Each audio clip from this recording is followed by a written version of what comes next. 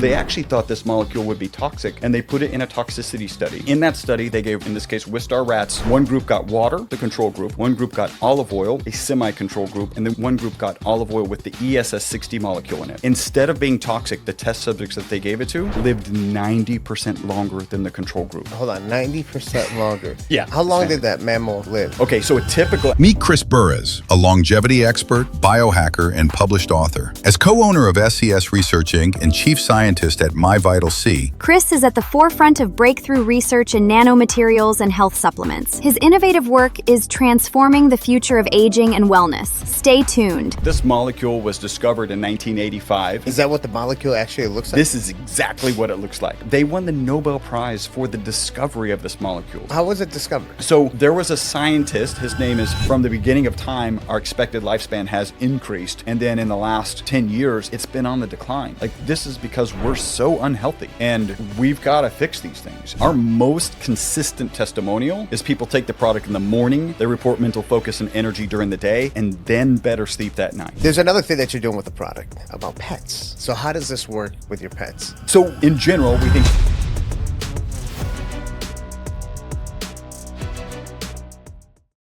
Welcome to another episode of a Healthy Point of View podcast. I'm your host, Sam Tejada. And like always, we're bringing experts from around the world, talk about health, wellness, beauty, and all of that good stuff so you can live a healthier life. So today, we have one of our guests that flew in, and you know, we talk about the supplement world all the time, and there's all kinds of different supplements out there. Some are good, some are not so good. This one is one of the good ones.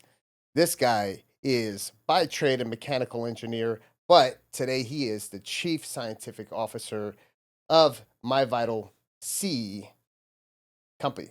All right, so today we have Chris Burres. Chris, man, Sam. I'm happy to have you here. We've been talking about it. We were out to dinner in Cali, you know, and That worked out really good. I don't know if you know. I don't know if I told you. I had seen you at the event, right? And the Biohacker Expo. At the Biohacker Expo right. LA.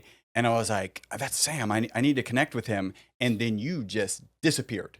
Like I couldn't find you. And then later I was hanging out with Natalia, right? Right. And she was like, hey, why don't you and your wife and I will go have dinner and we can go with my friend Sam.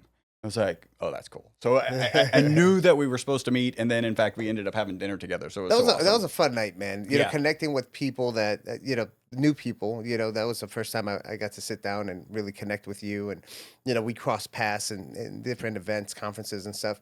And you know, I love that. You know, especially when it's people that are vibrating at that high frequency. Yep. You know, similar frequency that I have, and we're just like doing things, like moving the needle when it comes to like helping people. Yep. So, but that night I was able to like really understand more about your product that you have. I'm still learning, and I think today on this podcast is going to be the day that I'm going to learn even more. Yes. So MyVitalC. Yep. You know, so you know you're the co-founder of the company.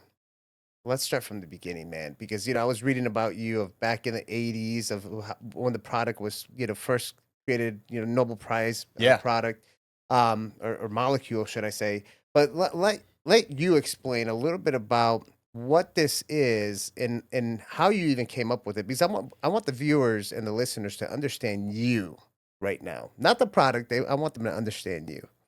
So, by the way, this is all in my book, Live Longer and Better. And it is the kind of discovery of the molecule, actually how I knew I was going to be an entrepreneur at age 14. I don't know about your story, but at age 14, I knew I was going to be an entrepreneur. And kind of unique set of circumstances, really related to a Lamborghini Countach being a poster on my wall. The vision board, the vision, right? Well, the whole wall. That was the only vision at the time. It's kind of funny. And I found an article, and the article said, if you want to have one Lamborghini, you should be a neurosurgeon. If you want to have more than one, you should be an entrepreneur. And, I'm a 14-year-old kid. More than one sounds like a good deal. And so I knew I was going to be an entrepreneur. As I was going into college, I'm like, what's the best thing for an entrepreneur to do? And in my mind, I'm good in math. I'm good in science, right? Chief science officer now. And engineering is the fastest way to the highest salary so that I could then invest in a company and help grow that, and grow that company. A couple things went wrong with that plan. One, engineering is really hard. I ended up with engineering degree in mechanical, so mechanical engineering, and minors in computer science and math. That took about 6 years, so that took longer than normal. The other thing is I actually ended up starting the company, right? MyVitalC is one of the brands under the lead company, while I was still in college with my business partner, Robert. And the way that worked out is, well, let's talk about this a little bit first, right? So this molecule was discovered in 1985 at Rice University. Is that what the molecule actually looks like? This is exactly what it looks like. So it's a pretty fantastic molecule. The three scientists who discovered it, and again, it was at Rice University in Houston where our lab is based, they won the Nobel Prize for the discovery of this molecule. So discovered in 85, Nobel Prize in 96. My business partner, Robert, and I started manufacturing this molecule in 1991. So a full 5 years before they won the Nobel Prize. How was it discovered? So there was a scientist, his name is Sir Harold Kroto. He became a knighted guy after his Nobel Prize. Out of the UK, he's an astrophysicist, and he noticed a spectrum in space that he couldn't identify. And at Rice University, a guy by the name of Dr. Richard Smalley had this fantastic piece of equipment, which real quickly would like shine a laser at a sample and then take a puff of inert gas to take whatever came off of that laser hitting that material and take it into a mass spectrometer. So kind of recreating the origins out in space and then look at what was created. So Harold Kroto came and asked Richard Smalley, hey, can I put carbon in this? Because I think the spectra in space is probably carbon. And fascinating story. And again, in the book, Richard Smalley was like, no, I'm not going to put boring carbon in this machine. Like, I'm doing sexy things like titanium and exotic alloys. We're not putting carbon. Harold Kroto goes away. He comes back. Same question, same answer.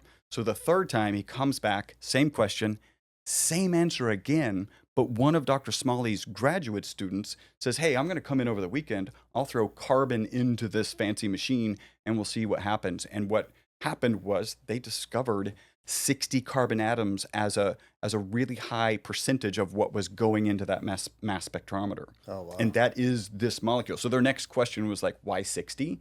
And then they figured out that this is the shape, 60 carbon atoms in the shape of a soccer ball, effectively. And then they published it in 85, and then they won the Nobel Prize in 96. So my business partner was separating that material because there's a lot of molecules. So this is the most abundant. The next one has 70 atoms. The next one has 76 atoms. And you have to separate those from each other. My business partner was separating those materials at the University of Houston campus. And his professor came in one day and said, hey, you guys are a bunch of young kids. This material is selling for $5,000 a gram, which is amazing. You should go start a business. And my business partner is from an entrepreneurial background. I always describe it. He did a back of the napkin calculation, which probably read exactly like $5,000 per gram, and that was it. Who is buying it at that rate? Researchers. And so when people ask me, what is this useful for? Our kind of joke back then was it's actually really good for funding. Because if you wrote a research proposal based on this material back then, you basically got funded. As an example, in 1991, all 10 of the 10 most referenced scientific papers, right? So somebody accrues all the information and figures out what was most referenced. All 10 of them were related to this carbon material. So Chris, excuse my ignorance on this. Like, I'm trying to understand that process, right? It's like, all right, we have this molecule, this compound that was created, and now you get the 60, the 70, and you guys are separating it. Like, why would I, as an investor, want to throw money at this? Is there like, oh, this potentially might do this, or this potentially might do that? How was that pitch? Well, I think the answer to your question is kind of the same answer as to why did they win the Nobel Prize? Right. Yeah. So the way I describe the molecule is it performs as well or better than the current best material in almost every application.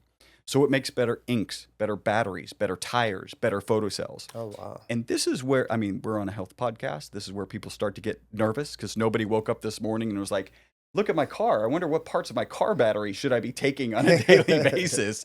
And then actually the story gets a little worse. So one of the shapes here is reminiscent of benzene. It's the same shape as benzene, Benzene, ubiquitous in our society. We don't have modern society without benzene. If you just kind of look around the room, everything plastic has benzene as the foundational molecule. A lot of medications, including aspirin, benzene as the foundational molecule. A lot of detergents. So benzene is ubiquitous, but benzene is known to be toxic and known to be carcinogenic. So they actually thought this molecule would be toxic, and they put it in a toxicity study. In that study, they gave, in this case, Wistar rats. One group got water, the control group. One group got olive oil, a semi-control group, and then one group got olive oil with we call this ESS60, with the ESS60 molecule in it. Instead of being toxic, the test subjects that they gave it to lived 90% longer than the control group. Hold on, 90% longer. Yeah. So, okay. There's some pivotal moments. That's a really attractive number. Yeah, there's some pivotal moments, right? $5,000 a gram, 90% longer than it's the single longest longevity experimental result on mammals in history. It's peer-reviewed, published research, and I'm really proud to say my lab provided the material, and my lab is actually mentioned in that original study. So how long did that mammal live? Okay, so a typical, and I'm going to add another piece. So a typical Wistar rat lives 32 months, and they have a known amount of tumor mass in their body, right? Okay. So the longer they live, the more tumor mass they have in their body. Even though the MyVitalC rats lived out to 62 months, none of them had any tumors. Really? Yeah. So I tell that story, and some What people was the cause of death? It is just old age. Old age? Right? They just, and one of the people's like, well, did you just extend a horrible life? Right? That's everyone's fear. Like we're in this longevity and health space, and a lot of people are not interested in living longer because they think they're going to live in some sort of decrepit state. Yeah, they want more health span versus lifespan. Yeah. Yeah. And, I think you and I are probably on the same page where we want to equate the two and extend them, as far. The model of death that I think is the one that resonates, at least with me and a lot of people I talk to, is that of a candle, right? So you have a candle, it burns bright until that fraction at the end. Like that's what we want, right? We want to be healthy. We want to be interacting with our family. We want to be contributing to society. And then when it's time to go, I don't want, the current number is 20 years. I want, lights off. And interesting, just to share, this molecule is actually a naturally occurring molecule. So if you collect the soot from a candle flame, it has parts per million or parts per billion of the ESS60 molecule in it. So we have all been exposed to this ESS60 molecule. It's just in order to have quantities that are appreciable that you can put into a supplement, you actually have to manufacture it, which is incredibly difficult, by the way. Wow. So let's go back to these the 90% longer. Yeah. Right. Did you start giving the molecule to the mammal right from birth, or what was it? Great. So this study was done at the University of Paris. Okay. The lead researcher is a Dr. Fatih Musa. The first researcher on the paper is Bhatti, so it's often called the Bhatti study. And what they did, at month 10, so none of the rats got any dosing until month 10, right? So they're adult rats. Right. They tend to live, Wistar rats live to about 32 months. So at month 10, they started dosing. And they had a kind of interesting dosing. They dosed them every day, and then they dosed them every other day, and then they dosed them once a week, and then every other week until month 17. So you think about this, the last dosing of the ESS60 molecule was at month 17. So they only dosed them for 7 months total. Yeah. And so all of the water rats, the control rats, were done at month 32, right, on average. And then I always like to give credit to these researchers, because if there's anything that's ever been true, especially in a toxicity study, when all of the control rats are dead and all of the quote unquote toxic rats are still alive, that material is not toxic. No, We're like, there is no doubt about it. They continued to do the animal husbandry necessary to get them out to 62 months. So like kudos to them, because we wouldn't even have this research. We wouldn't even be having this conversation if they didn't continue to do that animal husbandry.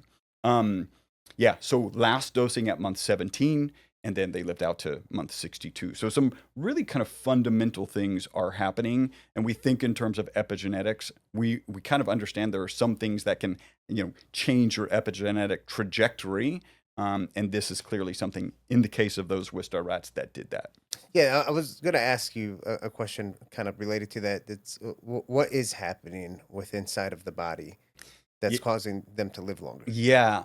So as we started bringing, there was a period of time where we were uncomfortable bringing this to the market, mostly because we're ultra conservative carbon nanomaterial scientists, right? So, when people initially called us and said, "Hey, how much of this should I be taking?" What we heard was, "Hey, that stuff that you sell to research institutions around the world, that they put into inks, batteries, tires, and photocells, how much of that should I be taking?" And our thought process was, you probably shouldn't be taking any. We actually added not for human consumption to our labeling in the middle of 2013. So you think 1991 manufacturing all the way to mid 2013 didn't have to have not for human consumption on our labeling. And this is you'll appreciate this. At that time, so mid 2013 on, we were getting these really interesting phone calls from this crazy, wacky group of people called biohackers. I don't know if you There's a lot of those. Yeah, and I can say that affectionately because I am now a biohacker. And they were like, "Hey, how much of this should I be taking?" Again, initially we said 0. And then our calls, about 2 to 3 a week, they would share things like, "Hey, Chris, my knee pain is gone." And our response was, "Wait a minute, you mean the knee pain of your rat, right? Because it literally says not for human consumption on the labeling." And they're like, yeah.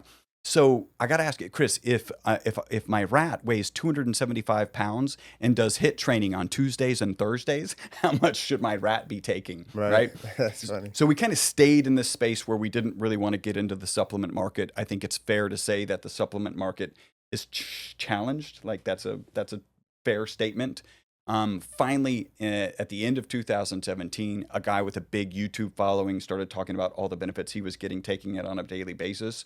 Our phone started ringing 10 times a day, and we finally brought this to market. And then my first role was, how is this working? Like, is a 90% extension of life a big deal? Turns out it is, right? The next best way to live longer is calorie restriction, well documented in many animal models. Reduce your calorie consumption by 30%, and you can extend your life by 30%. I call that the starve yourself 1/3 to death diet. Yeah. Nobody signs up for that. Like if you have a clipboard, No one does. It's forced upon you. Interested. And that's 30% extension, right? And this is in this study, at least it's a 90% extension. And then my next role is like, how is this working? I'll keep this brief. Medical community tends to think about aging in 2 regards. It's an oxidation and an inflammation process. Right. We can check oxidation because this is an antioxidant. There's ad hoc studies that show it to be 172 times more powerful than vitamin C, and peer-reviewed published research that shows it to be 125 times more powerful than vitamin E. So I'm from Texas. You can put a big old check mark next to antioxidant. And then when it comes to inflammation, we just have to be really careful. The FDA allows us to say a couple of things about inflammation. I'm not going to, that's kind of a long journey. But we can, in some regards, and specifically exercise-induced inflammation, we can put that big old checkbox there. Nice. And I'll end up coming back to inflammation because I think it's pretty profound. But so now from an anti-aging perspective, we've got antioxidant, we've got anti-inflammatory with the right, bracketing on it for the FDA. And I was like, okay, let's dig a little bit deeper. Now we have the BOSS theory. So this stands for Buffering Oxidative Stress System.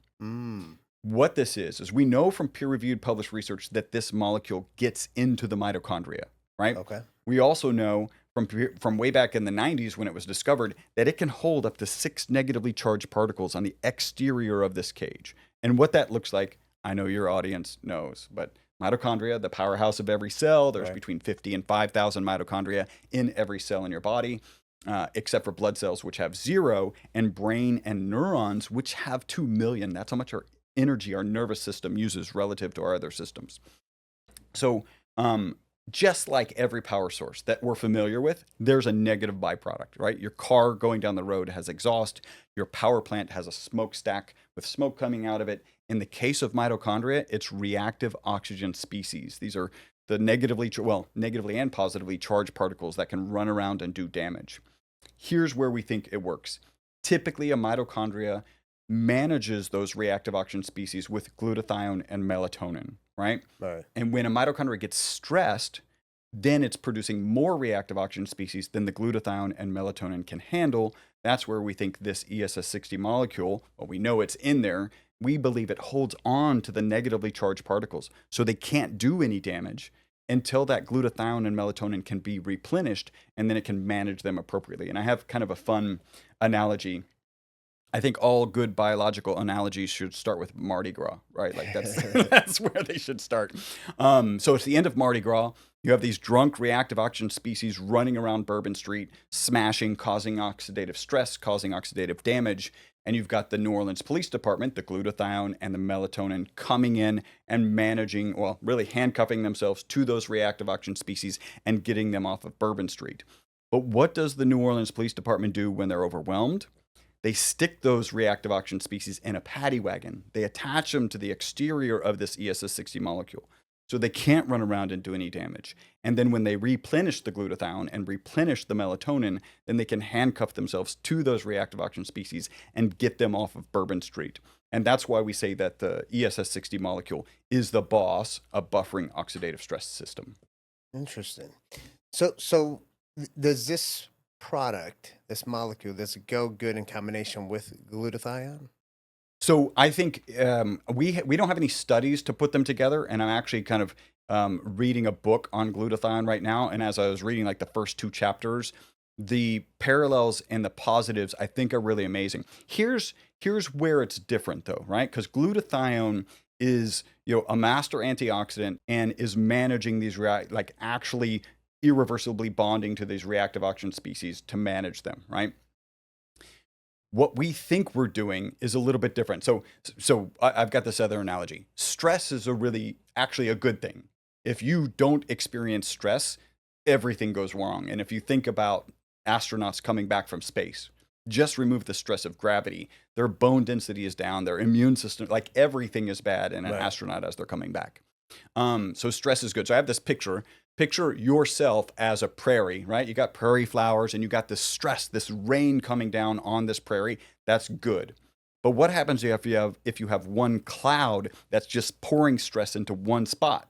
It's going to start to erode that spot in the prairie. And that's where we think the ESS60 molecule kind of acts like a sponge or maybe even a beaker to catch and hold that stress. Now, an important point is if that stress continues, the sponge is eventually going to overfill where the beaker is, and then it'll continue to do the damage. Right. So, but once that stops, because most of our stress comes and goes, right? A tough workout, a tough email, a tough day at work, whatever, most of it comes and goes. And so if you can just manage the peaks so that you can level it off, that's what we think this is doing. And I've got a good example. We have a 2-time U.S. ultra running champion. His name's Anthony Kunkel. He won a U.S. championship at 50 miles and at 50K, which is 62 miles. My first conversation with him kind of blew me away. He said, "Chris, I was taking 1 serving of your product. I didn't really notice anything." And then I joke, like all good biohackers, he tripled the servings. By the way, don't do that with everything. Not a good idea. There are things you should not be tripling, for sure. He tripled it, and his response was, "Wow, I believe that your product could be the difference between somebody having running as a hobby and running as a career," right? So a profound difference. And he's currently training. He's currently running about 200 miles per week, which is just crazy. And you think about that stream example, right? That cloud, he's stressing his mitochondria. And if this is working like we think, like the boss, and catching that stress, so then afterwards it can just distribute it or manage it when his mitochondria get back to homeostasis. He says, I don't think the product increases exercise recovery. I believe it prevents damage in the first place. Wow. And his reasoning is because on the last 5 miles of a 50-mile run, a phrase you don't hear very often. Right. In fact, I've only heard it from him. Where strength and stability used to be a problem, they're no longer a problem. And if you're reducing the negative impact of stressed mitochondria, this all makes sense, right? That we should be getting testimonials from head to toe, and in fact we are. It's pretty amazing. Wow. This is amazing. I mean, it sounds like too good to be true, but obviously it is. We actually have a sample here. If we want to take, I'm down. Let's try it. All right, I'm game for that. That's very cool. What am I doing here? All right, so this is a high. You guys want some? Yeah, come on in. Let's bring the team over here to try it too. Wow, Ricky T, get in there. Yeah. So Los is part of a running club, and you know he does a lot of running and stuff. Okay. You know. So what are we doing here? Okay, so one, let me describe how to take this because some people you twist it off and then it's best to turn it upside down and squeeze it. Okay. Again, what this is a high quality extra virgin olive oil with as much of the ESS60 molecule as we can get to dissolve in it. So Am I going to experience anything right away? Or? So one of the challenge, I actually had a marketing company suggest, hey, maybe you want to put a laxative in your product so people actually feel something right away. They'll definitely feel that. And I was like, I understand. Well, make sure I don't have a cough when you do that. Yeah, I understand where you're coming from. We're not going to do that. We have testimonials as quick as same day. So one lady shared with us that she didn't finish her cup of coffee. And then we have longer ones where it's like, even at 3 months, I'm not sure I noticed anything. And then I started paying attention and I was staying up later, getting more work done. I was actually waking up earlier. I was never a morning person. And then this is kind of fun. Arguably the worst testimonial about a supplement ever. She cleaned her garage, which is something, right? Like that's the energy, potentially the emotional baggage. All right, so this is going to taste like a high quality extra virgin olive oil. It will leave a peppery flavor at the back of your throat. So this would be good on like a salad. You could just make sure you lick the plate because this would be a more expensive olive oil than you would take. So you kind of twist it twice and then just pop it off. And then, do we have any shots? Oh, we can do pa arriba, pa abajo, pa el centro, pa adentro.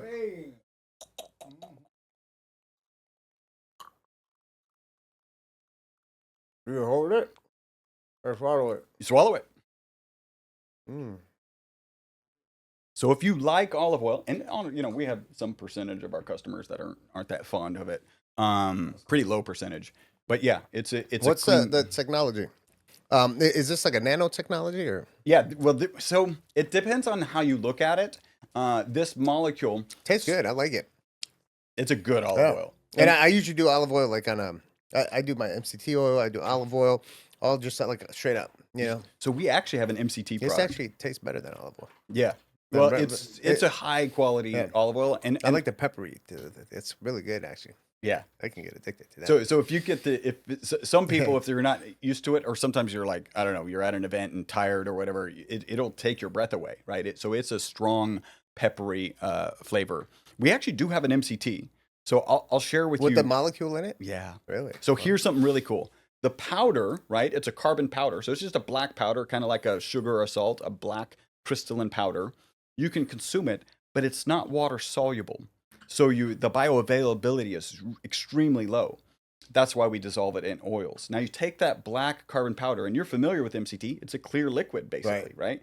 Put this black powder into this clear MCT oil. It turns a beautiful purple color. In fact, if you look at this guy, that's got the purple from the MCT. That's a lot of MCT with our ESS60 molecule. And what do you do with that one? You put it. Yeah, this is really cool. So this is our 2-part skin reduo system. Oh, you put it on your skin. Yeah. Okay. So this is skin reduo.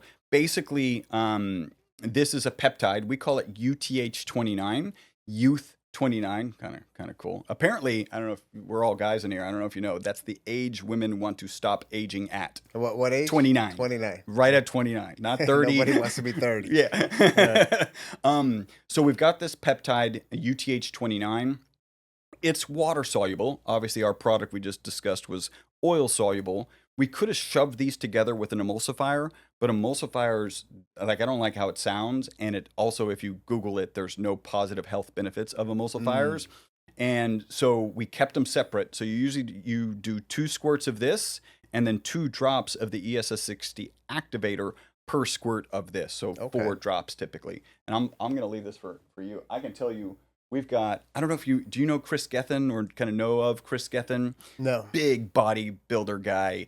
And he is very comfortable sharing that he loves this product. Really? Yeah, for the skin reduo product. It's pretty amazing. Do you guys currently have any further research happening currently? Yeah, I'm really proud and excited what we're doing. So one of the things that we did is we published last year, May of last year, we published the first paper that's really kind of addressing, tickling the regulatory boxes for this particular product, right? We published that with Dr. Fathi Musa, the lead researcher of the original paper where the rats live 90% longer. Awesome. So great to be kind of bringing that out. We're actually about to publish the second one with him. We've got a third and fourth. We literally just cut a check last week for $150,000 for research that we're doing. So that fourth phase of research, again, tickling the box of kind of regulatory organizations. One thing that I'm really excited about right now, we're doing an ad hoc HSCRP study. So HSCRP is an inflammatory marker, and I'll talk a little bit more about this. At the A4M Longevity Fest in Vegas, this Dr. Lane Young came up to us. We had a conversation at Dave Asprey's biohacking conference, and he came up and he had been giving it to his clients, and he came up and said, Chris, and I took a video of it, because as soon as he said this, I was like, dude, can you say that again? I got to take this video. I don't care if you're male, female, pre-surgery, post-surgery, cardiovascular disease, or otherwise healthy. You take somebody with an elevated HSCRP, and he mentioned one of his clients was at a 9, and I'll talk about the significance of that in a second, and he wasn't able to move it. Your product in 4 to 8 weeks will bring it into normal ranges, right, which is under 1, and it'll show an improvement in kind of Whoop or Oura Ring of 20 to 60%, and HRV, so heart rate variability, really good indicator of kind of where your stress is, and just sleep ratings overall. Wow. So we are doing an ad hoc HSCRP study. So we got 50 kits at the office. We're kind of finding those people who probably have elevated HSCRP levels. And let me go back to the 9. I learned later from a conversation with an oncologist. The oncologist said, if you have a 9, we assume you have cancer until we prove otherwise. Like, it's a significant number. Wow. And so to bring that into normal ranges in 4 to 8 weeks is pretty phenomenal. And the last thing Dr. Young said was, we believe that it's just something that we should keep in the break room for our employees. That's amazing. Yeah. That's amazing. Couple questions for you on this, and if you don't have an answer because the researcher's not there yet, that's fine. Any proven benefits for cognitive health or brain health so far? So if you go to like peer-reviewed published research, the short answer is no. Okay. If you go to anecdotal, the answer is yes, right? And so we actually have a box, which is the same product, called Focus and Energy. Our most consistent testimonial is people take the product in the morning, they report mental focus and energy during the day, and then better sleep that night. Now, I didn't kind of walk through this, but one of my initial thoughts when I was supposed to figure out like what's going on with this product is, if we're just helping them get better sleep, sleep is good for your mental, physical, and emotional well-being. Oh, yeah, 100%. That's right. So if we're just doing that, then that's fantastic. So in terms of cognition, mental focus and energy is something that is reported regularly. We actually did do an ad hoc study on sleep. So it was 4 survey questions. I actually was in contact with a guy by the name of Benjamin Smar. He was a consultant for Oura Ring. He's a assistant professor out of the University of California, San Diego. And we were supposed to like have back access if the customers gave us access to the back end data of Oura Ring and figure things out. That was pre-pandemic. It turns out the Oura Ring is pretty good at identifying COVID. If you've had the ring long enough, it can see the temperature Actually, variation. Dr. Davis, that's how he found out he had COVID. Yeah. Off of his Oura Ring. Yeah. The ring tells, hey, you're not feeling well. Yeah, And something wasn't right. Yeah. Yeah. So you can imagine, right in the middle of the pandemic, this Benjamin Smar disappears, right? He was on press tours and all sorts of stuff. But we continued that study going, and we asked participants. It was a crossover study. So we got survey data 10 days prior to them ever trying the product, 10 days on the product, 10 days off the product, and then 10 days back on it. We asked them, how quickly did you fall asleep? How good was your sleep? How restless was your sleep? And then how did you feel in the morning, right? Some just rudimentary questions. And it's only 10 people, right? So we are pushing more people through this. All of them reported improvements in sleep while they were taking the product. Wow. Wow. So Amazing. we are an organization. I mean, you have lots of conversations with the supplement people, and some of them are in this space where researchers are actually doing it. It's usually not the supplement company that's pushing the research forward. We're actually pushing the research forward. Yeah. 'Cause, we live in a very toxic world. Yes. All kinds of toxins in the foods. There's toxins just everywhere. How does this play a part in this toxic world? So I think that we play a pretty big role in it. So it turns out, what is one of the best things to kind of detox really your stomach? Activated charcoal. It's Okay. a carbon product, right? And one of the things about activated charcoal is it can't get into your system, right? So all it can do is, potentially this kind of bile loop that's trying to get rid of toxins. It can get in there and bond to those toxins and make sure they actually get out of the body. This molecule, as we've already discussed, gets into the mitochondria, and it can react, we believe, like this is all theory, with those. And something to support the theory, again, we're out of Houston. I was working with the engineering department out of the University of Houston, and we took some of our raw product, very raw product, right out of the reactor, and gave it to them. And they said that raw product is as good as activated charcoal, bonding to the kinds of things that you want activated charcoal to bond to. So you kind of combine the fact that it does react like activated charcoal with the fact that this gets into your system, right? No activated charcoal is ever in your bloodstream, right? It's just going through your intestines and collecting toxins there. This, we actually believe, gets it into we know it gets into the system and can serve a role in a way that, other things can't if they can't get into your system. Have you guys looked at mitochondrial function at the cellular level So as of yet? we're working on it. So you may be familiar with Me Screen. Yeah, I've heard of them. Dr. Emil Patel. I got a chance to interview him. He's such a fascinating character and a great scientist. Really, so much respect for him. They've created a blood-based test to look at your mitochondria, which is a bit of a challenge because there's not much mitochondria in your blood, right? Natural red blood cells have 0 mitochondria. And so they figured out a way to look at your mitochondrial health from the perspective, by utilizing your blood. We're working with an organization who wanted to start using his test, the Me Screen, but their next question was, well, if it comes back and they have dysfunctional mitochondria, what in the world are we going to give them? And the answer is this, right? So we're working on a study with them. Right. What I can say is, so if you think about that HSCRP, right? Really, your kind of chronic inflammation is driven by dysfunctional mitochondria.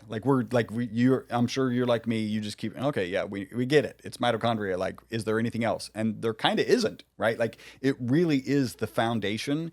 You want to be working on mitophagy. So if you have mitochondria that's no longer serving its purpose, you want to make sure that those are killed off. Right. You want to be working on mitogenesis so that you can replenish. And that comes from stressing. One of the things that we think is really important about this ESS60 molecule, yes, it's in the mitochondria. Yes, it's holding on to negatively charged particles, but it's not those reactive oxygen species, not the negatively charged particles. But reactive oxygen species are really important as a signaling molecule to tell your body, hey, these mitochondria are stressed. We need to do something about it. Mitogenesis is a good idea. A cellular growth is a good idea. And so we believe that because this picks up the negatively charged reactive oxygen species, the positively charged ones are still left to go out and do the signaling. And that puts us in a unique position. Back to Chris Gethin, big bodybuilder. He does love our Reduo system. He actually mentions our product in his presentations because when you think about taking antioxidants as a bodybuilder, as anybody who's kind of stressing and then getting back to homeostasis, right? Getting that hormetic response, which is good, right? You absolutely want to be pushing that hormetic response. If you take too many antioxidants, the wrong kind of antioxidants, it's known that they will dampen that hormetic response. Imagine the frustration. You're doing this working out, you're trying to build strength, you're trying to build size, and it's not working as well because you're taking so many antioxidants. Right. The way it works as an antioxidant is called a selective antioxidant. So it's not dampening the hormetic response, it's just serving the proper purpose. And again, if you go back to I'm working out, I've got this one stream coming in. If I could just make sure that doesn't hit the prairie, until I'm done working out and we can let it disperse evenly and easily, then it's pretty phenomenal, the results that you're going to get. Very interesting, man. What are some of the challenges that you guys have experienced or are currently experiencing, with growing the product and really getting it out there? So one of them is that it works on so many levels, right? So if I just sit down and, I've got 2 minutes with you and I'm like, hey, Sam, this does all of this stuff and I can't really explain it. You don't understand that we're driving the science behind it. Part of you has to be thinking, I don't know if this is real, right? Right. Because it does all these things. Typically, when you think about supplements, I mean, glutathione would be a good example. It's going to have positive impacts systemically. But a lot of supplements you take, you don't picture vitamin C like helping you from head to toe, right? You don't picture a lot of the supplements helping you from head to toe. So to hone in on the right messaging, we're still trying to do that. And for us, the best kind of process for driving awareness is a podcast like yours. And thank you for having me on your podcast. Absolutely. And sharing me with your audience, because it needs a little bit more explanation, right? The story's fantastic. I describe just a little bit, probably more about me. I think that people typically get into the supplement industry for 2 reasons. The first is they wake up one day and they decide they're going to be wealthy and they decide they're going to do it with supplements. I have no problem with people being wealthy. It's just not how I got here. The other one is that kind of pain to passion story. They have their own health problems, or maybe the health problems of a loved one, and they get in there and they do the research and they solve it. And now they want to save the world. And hopefully it doesn't surprise you. I am not against people saving the world. It is just not how I've got here. I've been manufacturing this crazy molecule since 1991. They thought it would be toxic. It's not toxic. It, almost doubled the lifespan of these Wistar rats. And now I'm just trying to be a good shepherd to this kind of research and get the message out. So our biggest holdup is like, what is our 30-second sales pitch so that people can actually get it and experience the product? So there's another thing that you're doing with the product, right? We were talking earlier about pets, right? Yeah. Which everybody loves their pets. Yes. Right. So how does this work with your pets? So, in general, we think it works the same way, right? Okay. So it's getting into the mitochondria and it's reducing the negative impact of stressed mitochondria. One of the things that I really love about pets is I told you the example of the lady who ended up cleaning her garage, which I kind of joked is the worst testimonial. She initially ordered the product for her dog with no intention of ever taking it, and noticed such a profound difference in her dog that then she decided that she should start taking it. And what I love about pet testimonials is there's no placebo with pets, right? Ironically, they're not smart enough to like convince themselves that something should or shouldn't work. Right. They get the product, and if they feel good, they act like they feel good. And if they don't feel good, then they don't act like they feel good. So that's pretty phenomenal. I know we shared before we got onto the podcast a guy by the name of Kyle Zadowski. He's the owner of a brand called OsteoStrong. It's a big health franchise. So it's been in the health space for a long time.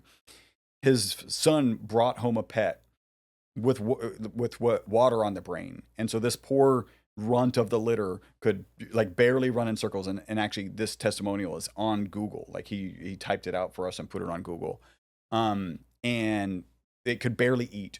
He happened to get our product 3 days after he got the pug, and started giving him 2 to 3 doses. The dog is like 80%, at the time he wrote the review, 80% better. And when he took it back to the vet, he was like, I think this would fall into the category of a miracle. Because it's such a profound difference for that pug. They thought they were going to have to put it down. And we do get testimonials about, hey, I thought I was going to have to put my pet down, and now I don't have to. That's amazing. That's amazing. And I don't know if you know this, people like their pets. Like, people love them. They love them more.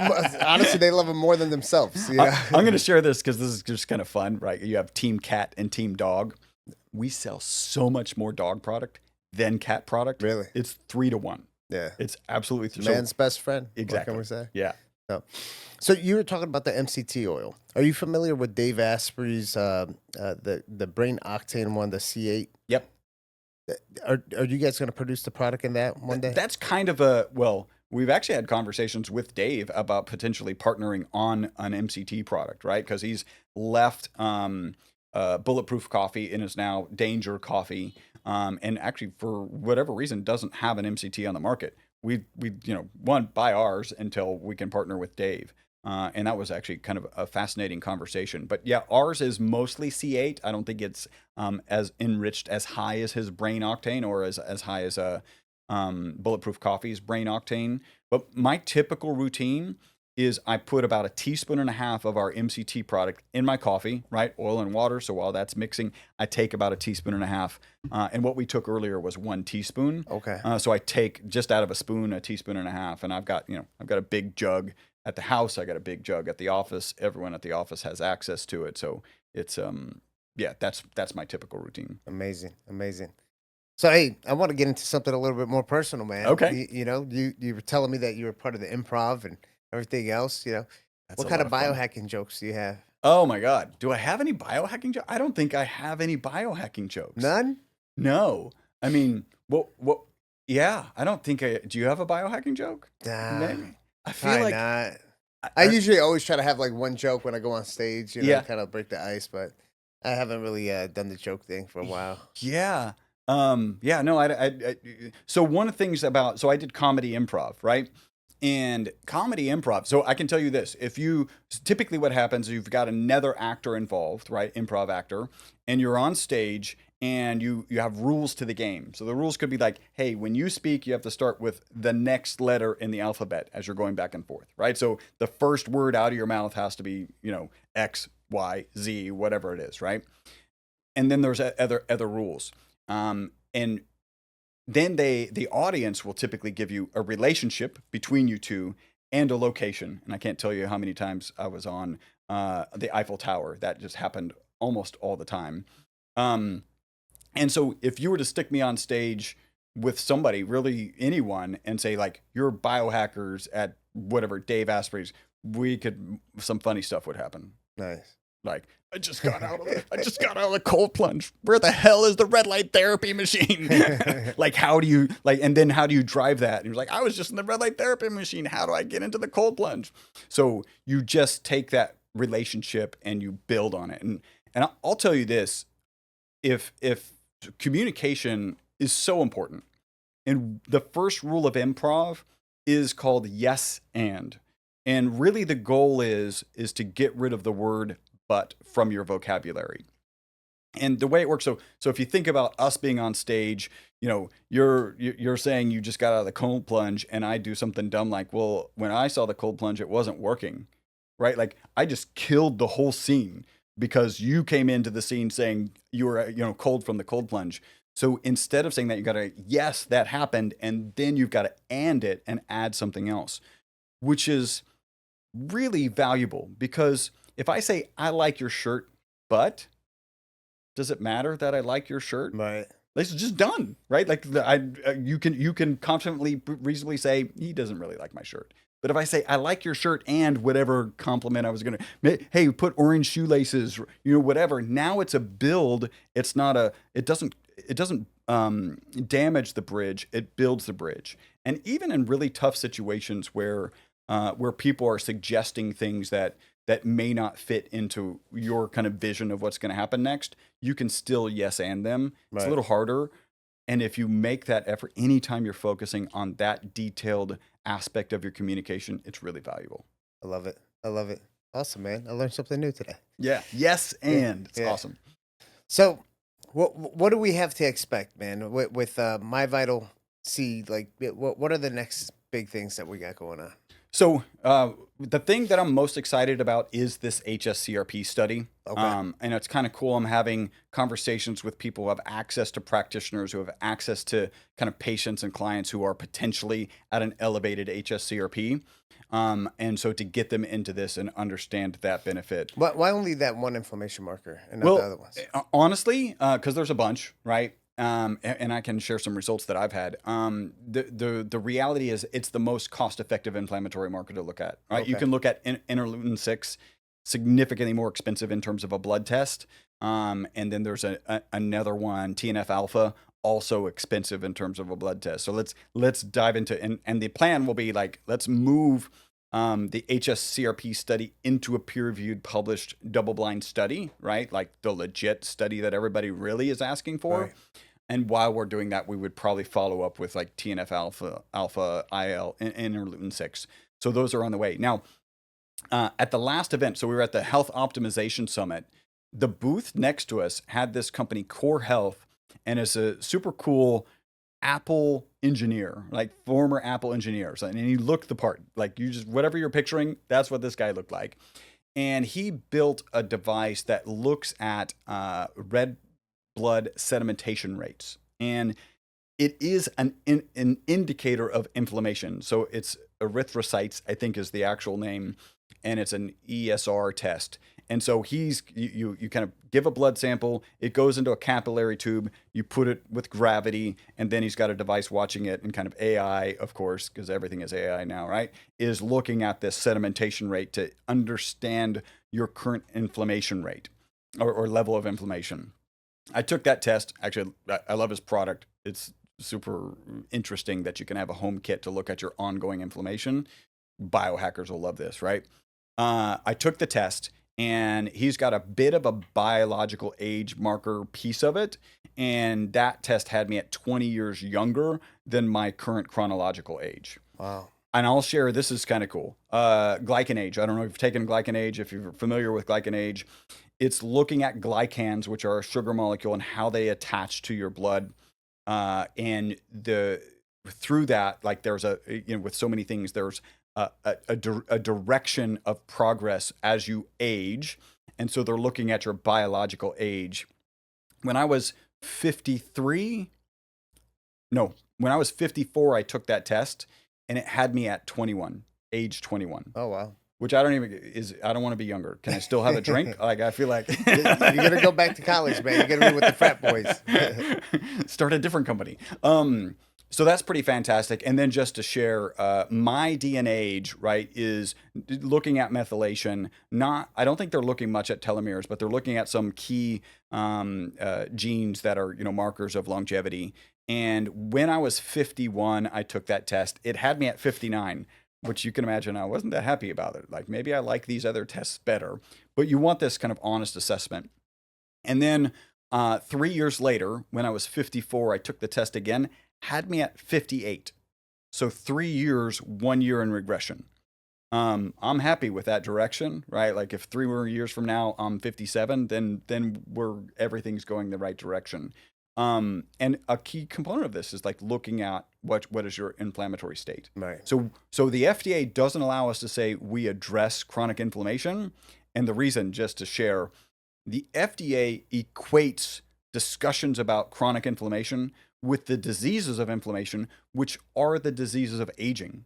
So if I say we address chronic inflammation, what the FDA hears is I'm claiming that I cure cancer, cardiovascular disease, Alzheimer's, arthritis. Right. I am not claiming that. Like, let's just be really clear about that.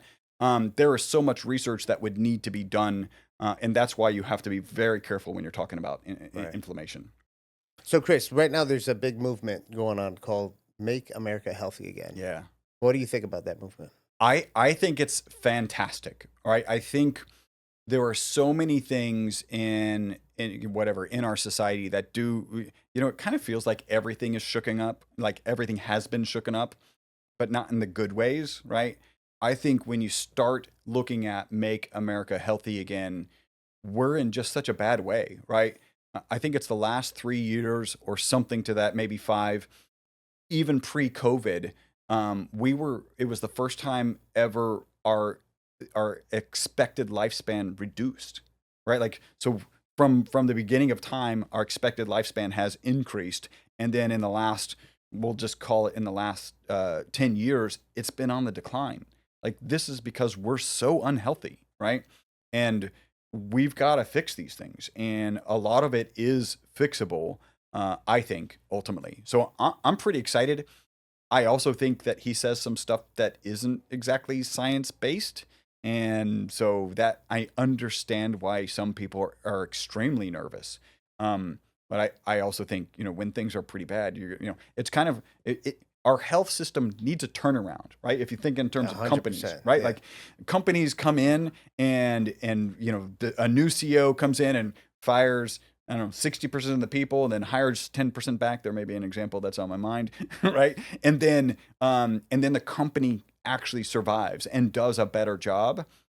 That's one of the challenges potentially with our government is like it can't fail, right? So there's no reason to really do that shakeup, and I'm really excited about a shakeup going on. Absolutely. Absolutely. So, Chris, as we wrap up here, man, if there's someone listening to the podcast that resonates with everything that we said today, what's that one thing you can leave them off with? Well, so unrelated to my product, I'm going to say continue to connect to podcasts like yours. I have a podcast also. Find that source. Continue to be the CEO of your own health, right? Absolutely. Because the reality is, and I've been having so many and I know you've been having so many conversations with people, and I think the general population believes that traditional medicine is looking for the root cause and trying to heal the root cause. That's what you think is going on. And it is like, if you ask almost any doctor, they will tell you, no, that's not what's going on. They're looking to put a check mark next to the symptom that they have solved, the symptom, Right. not the root cause. And you start having conversations with, functional nutritionists, functional health practitioners, and those people are looking for the root cause. And so you've still got to drive that. You can't just turn that piece of your health. Nobody's going to care about your health as much as you. And as much of a pain in the butt it is. I love Dr. Tom O'Brien in his book, The Autoimmune Fix, says you should spend 1 hour a week, like just isolate yourself, read up on health, make adjustments to your house, get plants in your house, get plastics out of your house, don't store goods in plastics, get rid of Teflon, make sure that your utensils are not plastic. That's 1 hour a week. And I know you do a lot more. I do a lot more than what if I was only doing 1 hour of research per week, I'm on vacation, Yeah. and not even because Exactly. I'm still doing more, I'm right? still doing it too. Yep. No, that's the truth, man. No, and I appreciate that. Chris, as we wrap up here, where can people find you? So I believe we made a URL for your audience. I don't remember what the URL is, and we can just make it up now. Yeah, we'll put it on Okay. everything below. What do you want it? What do you want it to be? So myvitalc.com / we usually do, Los, what is it that we usually do? healthy POV. Now that you say that, I do remember that. That was it. So healthy POV. Yeah. So the best way people can find it if they're interested, myvitalc.com, healthy POV, point of view, right? Name of your podcast. Right. So myvitalc, C as in carbon.com, healthy POV. I'm going to give you a little bit of advice if you go there. So I mentioned my typical routine is MCT and olive oil. We also sell an avocado oil. People are like, which one should I try? The reality is we always say the olive oil for two reasons. One, we're a science-based organization, and all of the research is on this molecule in olive oil. So that's the first reason. The next is we actually get a higher concentration of the ESS60 molecule in olive oil versus the other oils. So you get about 0.8 milligrams per milliliter in olive oil, 0.6 in avocado, and 0.3 in MCT. We also have something that you should take advantage of. We have like a 25% discount if you go on subscription. So even if you're just going to try it once, go ahead and take advantage of the subscription, and we're happy to do that. You can cancel it at any time. Our customer service team has like 1,000 5-star reviews on Google. That's how much we care about our customers. Awesome. And they are not trained to talk you out of canceling your subscription. They're there to help you. And so it's super easy to do that. It just turns out most people like to stay on the product. And then I have one other charity piece that I like to brag about. So my book is Live Longer and Better. You can find it on Amazon for $20.